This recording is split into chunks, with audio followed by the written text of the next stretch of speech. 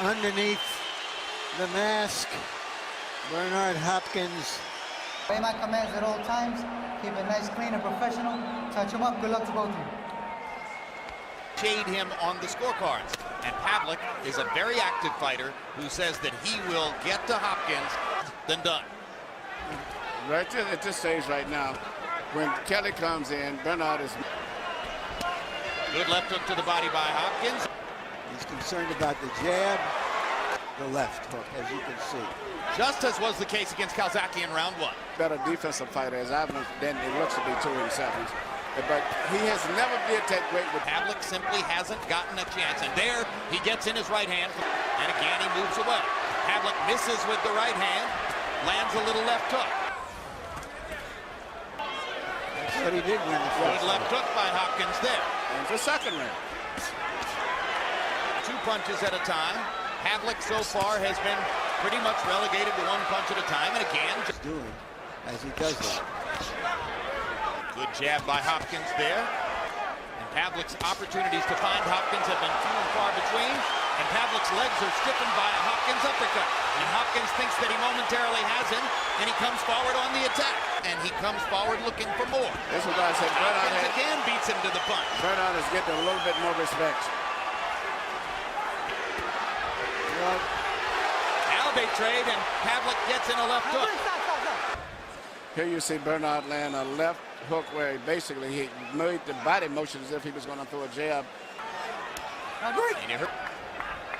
Pavlik by Hopkins. But if you look at Kelly's legs, Hopkins has been known for so long. What he's doing mainly is cutting down on the punch output of Virtues. Good left hook up between the gloves by Hopkins. Rips Pavlik with his left hook again. doing just what I was predicting on the victory and landing hard. The Pavlik camp, his trainer Jack Lowe said it would be a tough fight for 6 rounds. The formula for beating Hopkins is that you throw more punches. The best fight I've saw him fight probably since he fought Felix Trinidad. How'd you score the first 3? Okay, Jim, 30-27, Bernard Hopkins. I think it's amazing, I gotta tell you. Davis as they were wrestling. At age 43. And now Hopkins moves laterally and once again confuses Pavlik and beats him to the punch. What happens in this last half minute could determine the outcome of this fight. Of this round, I should say.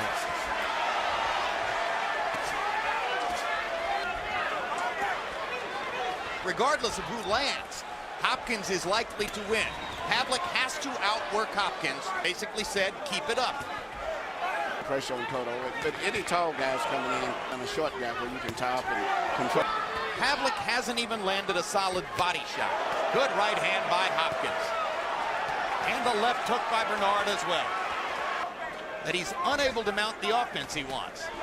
Again, Hopkins rips Pavlik with a right hand as he comes in. How curious is the chemistry of boxing? Watching these two guys now into the 5th round. You would think to yourself, there's no way that Hopkins is the guy who lost twice to Jermaine Taylor, and Pavlik is the guy who beat him twice. What his style, he's putting boxing skills in here, and this is something that Kelly is not that good with boxing. I've always thought. Embarrassing the 26-year-old fighter.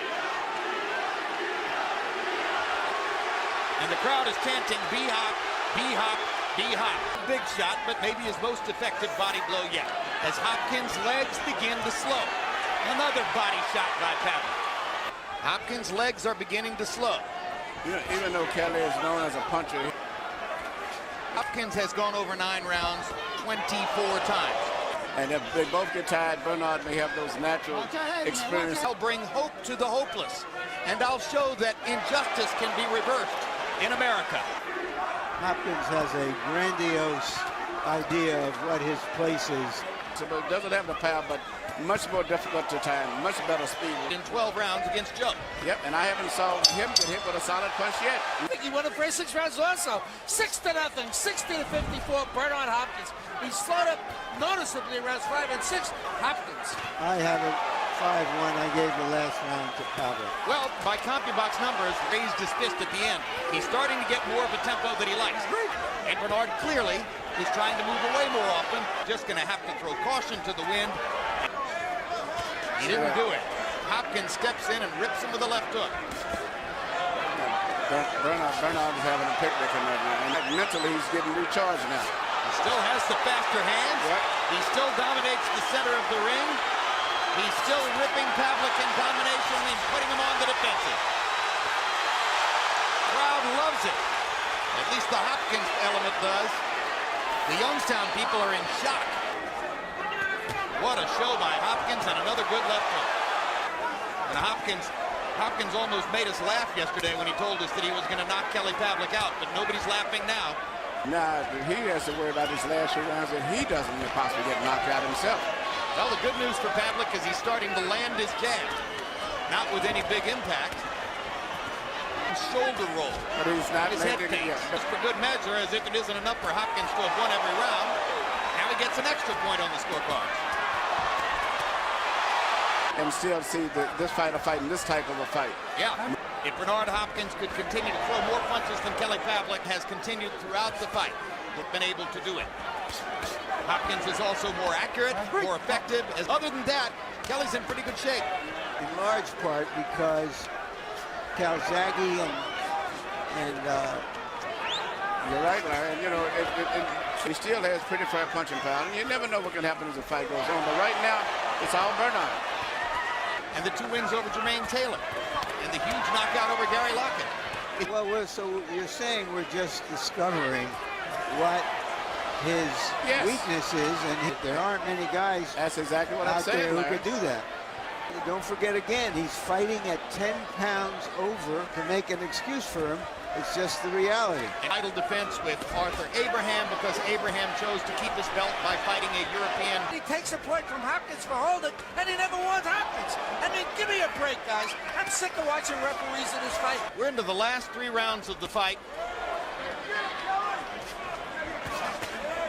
Jack Lowe, Kelly Pavlik's trainer, a win for which he was favored. Right hand, and Hopkins Be better in the last round than before, but I don't think he's won a round. Hopkins' body, the right hand that Hopkins just landed to the body. a lot about what he's done in this fight.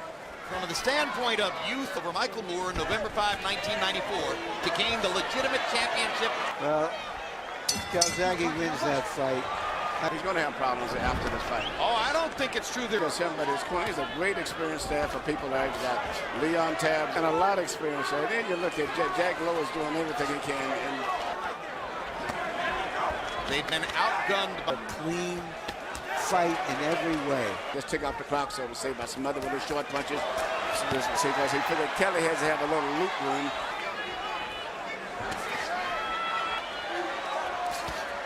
This is a damaging blow to the image of the younger generation.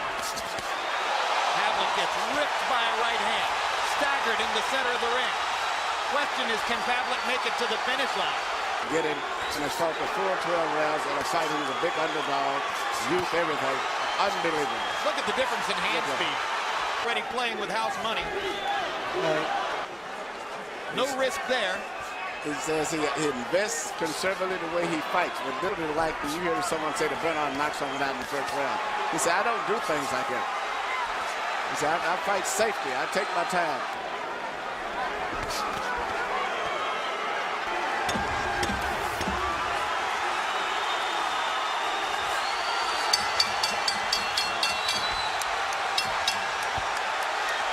The two-time champion and future Hall of Famer, Bernard, the Executioner